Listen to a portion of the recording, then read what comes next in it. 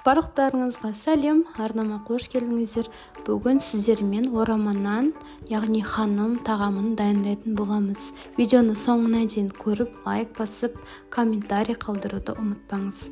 Ең алдымен таза ыдысымызға су, жұмыртқа, тұзды қосып, жақсылап, тұз ерігенше араластырып алатын боламыз.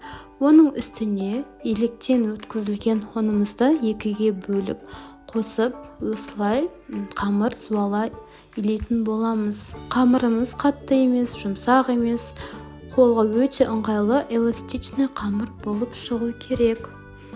Қамырымыз дайын болғаннан кейін оны пакетке 15-20 минутқа тұндырып қоюымыз қажет.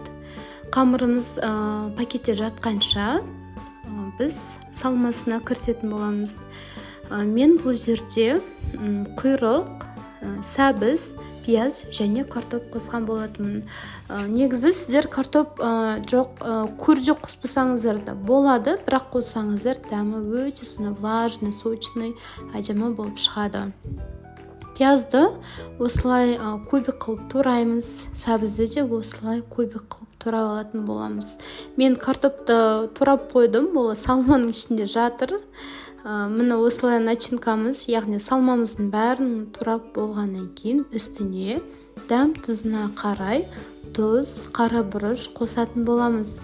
Мен негізі ханым ораманнанға томатный паста да қосам, өте дәмді болып шығады.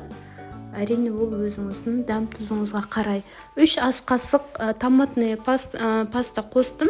Міне салмамызды осылай жақсылап араластырып аламыз. Салмамызды бір шетке қойып, енді біз қамыр жаюға кірісетін боламыз. Менде осы қамырдан 2 зуала шықты. Сізге өзіңізге ыңғайлы болса, 1 зуаланы да жайсаңыз болады. Бірақ маған осылай 2-ге бөлген ыңғайлы болып шықты. Енді сағат тілімен қарай осылай қамырымызды шетіне жайып алатын боламыз. Ортасын қатты баспаңыздар, осылай кішкене бірінші дөңгелек қылып алыңыздар, өте ыңғайлы болады қамыр жайған кезде. Осылай илеп қамырды жайып алатын боламыз. Менде осындай домалақ, қатты үлкен емес, қатты кішкентай емес, орташа қамыр шықты. Енді осының үстін пістемаймен майлап алатын боламыз. Пістемайды көп қосып жібермеңіздер. Әйтпесе арасы ішінде құйрық болғаннан кейін қатты майлы болып кетеді.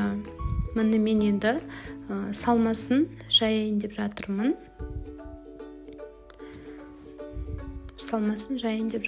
Міне енді осы салмасын салып болғаннан кейін шетінен бастап рулет қылып ораймыз. Ортасын қатты басып жібермеңіздер, жаймен ғана осылай жеңіл осылай рулет қылып орап алсаңыздар болады.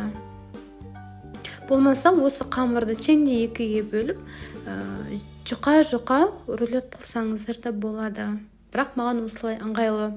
Мантоварканы мен алдын ала майлап қойдым, және қамырдың да бетін майлауды ұмытпаңыздар, әйтпесе құрғақ болып қалады. Және суды, газге су қойды ұмытпаңыздар.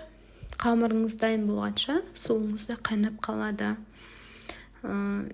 Мен бұл жерде видеоға түсіруді ұмытып кеттім, бірақ тағамым осылай болып шықты. Каналға жазылыңыздар, лайк басыңыздар, менімен бірге болыңыздар.